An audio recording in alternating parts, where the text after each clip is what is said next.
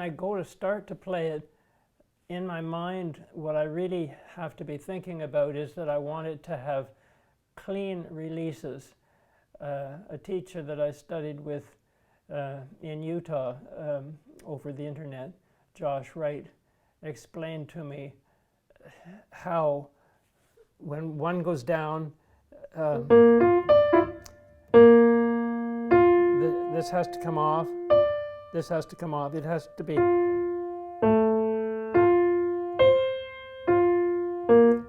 a clean release. You can't blur them.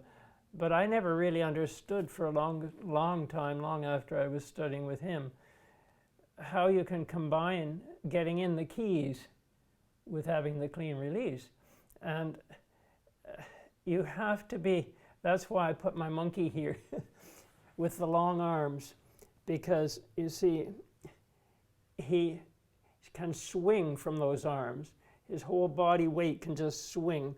And with the long arms, and when he's in the forest and he grabs onto the branch as he's dropping, it's your whole body falling in like that, swinging into the key when you release on the way up and you flop through. But when it goes down, when it falls through and the finger hangs like on the edge of the cliff, but then light, if you want to go lighter, as Seymour Bernstein explained in his lesson 4 on You and Your Piano, you have to just think of playing the key as far as the escapement. You see, when you put a key down slowly on a grand piano, you'll feel it stop about half to 2/3 of the way down, and then there's that little bump. And that little bump, if you can hear it, that little bump is when the knuckle, the jack slips out around the knuckle, sends it up, and sends the hammer, lifts the hammer up into the wire. So if you're playing lightly, if you just think of playing down to that point, like about where you feel that extra pressure of the actual jack pressing up on the knuckle to send it up, it's buckskin on the knuckle, and it just slips out when it lifts the hammer up. If you can just think of playing that far down, and only till you barely hear a sound, then you're going to play lighter. So if it's light, it's going to be clean like that, and it's going to be not heavy. I mean, you can do slow, heavy practice and a high lift.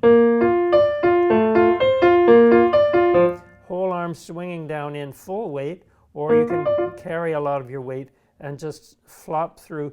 Think of swinging down and through in the wrist, and then letting the forearm roll forward. As the wrist comes up, you can brush the key as lightly as you want. So, and you're saying 1 E and a 2 E and a 3 E and a 4 E and a 1 E and a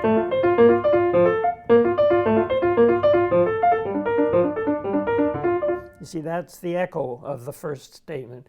And when you can play it for voices like an echo like that, then it's much more fun to play and communicate to the listener. It doesn't have to be dry and a boring exercise. It can be exciting and vivacious, lots of fun. And so if you can picture the monkeys swinging, dropping and swinging and hanging and playing up from the key, then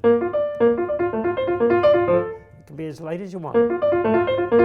And count. 1 E is 4. There's 4 30-seconds in each 16th. So then, like 4 30-seconds, 2 16ths, 1/8, and 1/4. So 1. These are eighths, and each eighth has 4 30-seconds. So 1, 2, 3, 4 eighths, and 1 a quarter is 1, 2, 1, 2. And you're using the doorknob rotation as well, that rotating of the hand to get it to give clarity to the note that's on the beat or the half beat. I'll go slow.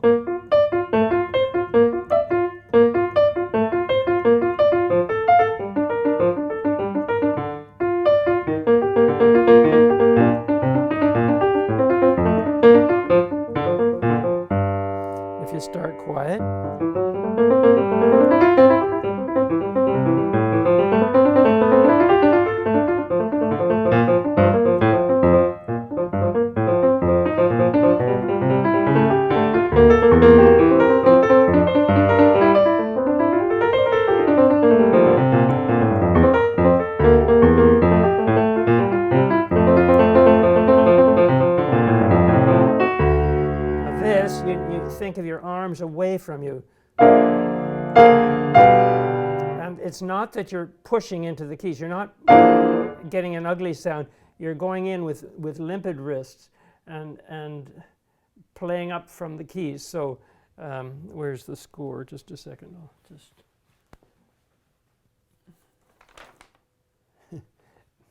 this copy's been around the block. It's got a lot of writing on it. But up here you can see those long notes. And so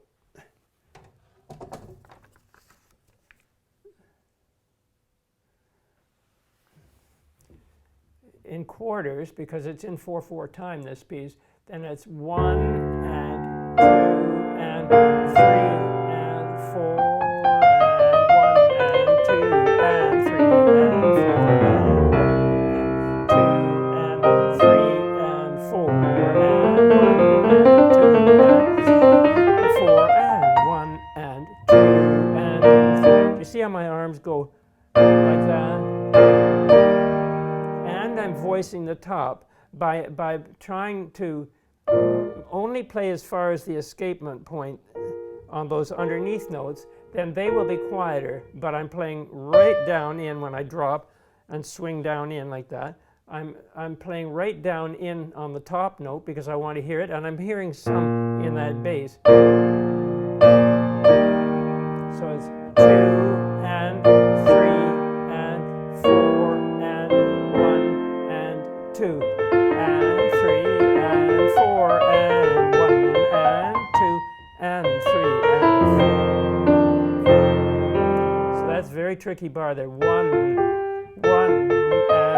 2 and 3 and 4 and 1 and 2 and 3 and 1 and bad tone. Got a loose wrist, loose shoulders.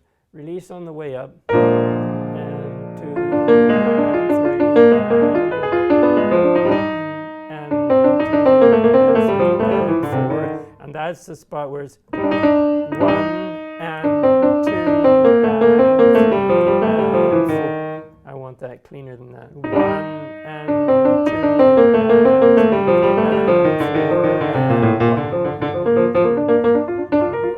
4 and 4 and some people slow up toward the end, but on that, like when it goes 1, 1, and 2, and 3, and 4. But if you put a pause like that, that's like saying 1 and 2 and 3 and 4 and it doesn't make sense because it needs to go across. A friend of mine, my teacher, another teacher that I had, Joan Milliken, told me about that. She said, count it through to the next bar and you'll feel 1 and 2 and 3 and 4 and that's it. Because then it goes on to the 1 and it doesn't get slowed down and stalled at that point. So anyway, I hope that gives you a few ideas about the piece, and it's a fun piece to learn simply because with all those 30 seconds you have to have the clean release, like Josh Wright said. It has to, but you have to get in the keys with your weight. And then if it's light, just think of only playing to the escapement. Start quiet. And very fluid hands, very relaxed across the hands so that you have something to play with. It's like playing with a basketball almost. And play up from it. Anyway, I hope that gives you some ideas and that you can enjoy it. Take care. Have a good night. Bye-bye.